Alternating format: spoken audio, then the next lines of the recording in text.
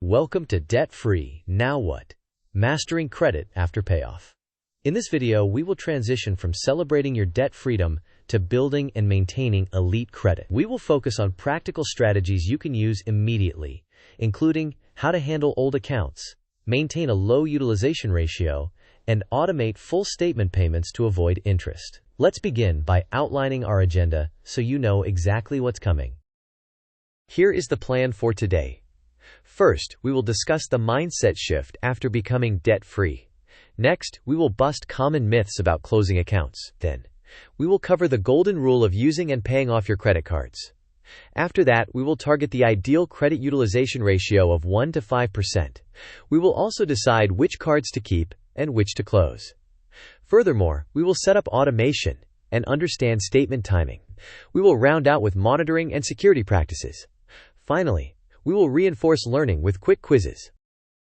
Now that you have cleared your debt, your focus shifts from fighting interest to managing access to credit. Instead of minimizing balances to avoid finance charges, you will strategically demonstrate responsible usage to lenders. This includes reliably using revolving credit and paying in full, keeping utilization low, and maintaining the age of your oldest accounts. With that context established, let us tackle one of the most persistent myths. Let us confront the myth that you should never close credit cards. The reality is that closing one or two accounts may cause a small and temporary score dip because your total available credit drops and your average age might decrease. However, if you are not planning a major loan such as a mortgage within the next 12 to 24 months, closing high-fee or risky cards can be prudent. The goal is to concentrate your spending on 2 to 3 reliable, low-cost cards that you can manage with ease. With that myth handled, we can now map out the overall strategy visually. This flowchart illustrates the post-debt strategy. We begin with a debt-free milestone, then audit current cards for fees, rewards, and behavioral risk. Next, we keep 2 to 3 core cards and close high-fee or unused cards if there is no major borrowing planned within the next 12 to 24 months. Then, we set autopay for the full statement balance and route routine expenses through those core cards. We aim to keep credit utilization between 1 and 5%. We also monitor credit reports and alerts for accuracy and fraud. Additionally, we avoid new credit applications leading up to major loans. Finally, we repeat this cycle monthly while preserving the oldest account and maintaining perfect on-time payments. With the roadmap clear, let us turn this into daily habits. To implement the golden rule, first choose 2 to 3 primary cards. Next, route predictable expenses such as groceries, utilities, and subscriptions through them. Then, enable autopay for the full statement balance every month. As an additional safeguard, set reminders 5 to 7 days prior to the due date. Pay attention to the statement closing date versus the due date, since most issuers report balances as of the statement closing date. Keeping balances low at that time helps you maintain a 1 to 5% utilization. Now that the routine is defined, let us quantify the utilization target with examples. This table shows how small balances affect your utilization. With a total limit of $10,000, reporting $0 results in 0% utilization, which sometimes scores slightly lower than a tiny utilization. Reporting $100 results in 1% utilization, which is squarely within the target zone. $300 equals 3% and is still excellent. $500 equals 5%, which is the upper edge of the sweet spot. However, $2,500 equals 25%, which is too high and will likely create downward pressure on your score. With the math clarified, we can move on to some power tips in a concise format. Here are practical power tips.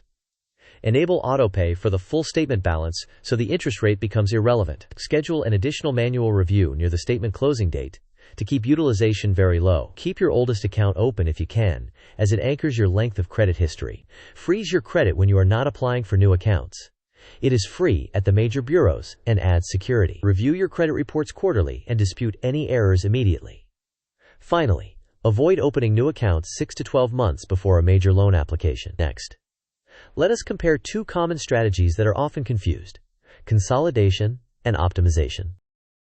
On the left is consolidation, which merges balances or limits into fewer accounts for administrative simplification. It does not automatically improve your score and can reduce your total available credit, thereby hurting your utilization ratio. On the right is optimization, which is the preferred strategy. It intentionally uses 2 to 3 core cards, targets a 1 to 5% utilization, and sustains perfect on-time payment history. It only closes accounts that are costly or risky, and it is designed to improve score stability.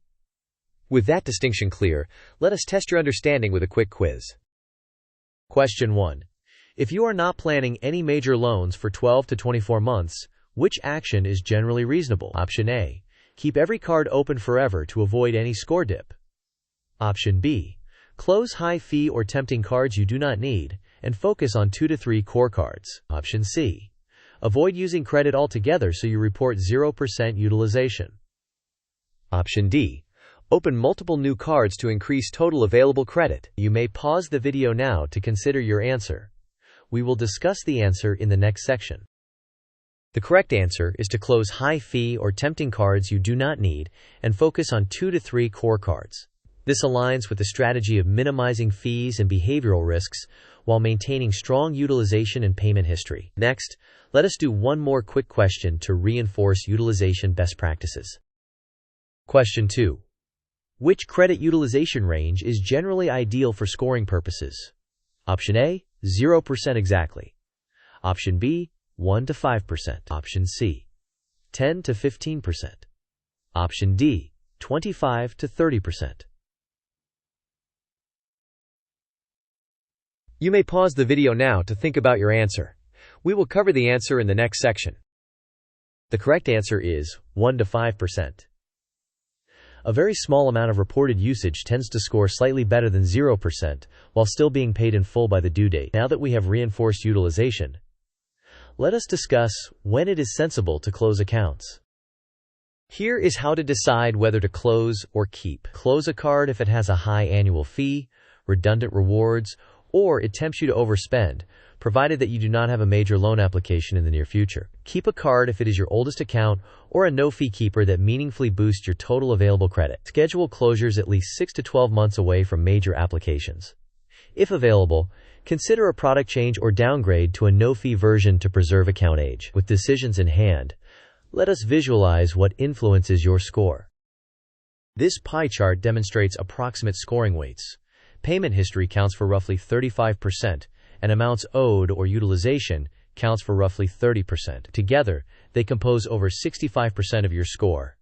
Length of history is about 15%, while credit mix and new credit are approximately 10% each. Therefore, prioritize perfect on-time payments and tiny reported balances, maintain the age of your oldest account, and be conservative with new credit. Now, to help with timing, let us lay out a monthly cycle.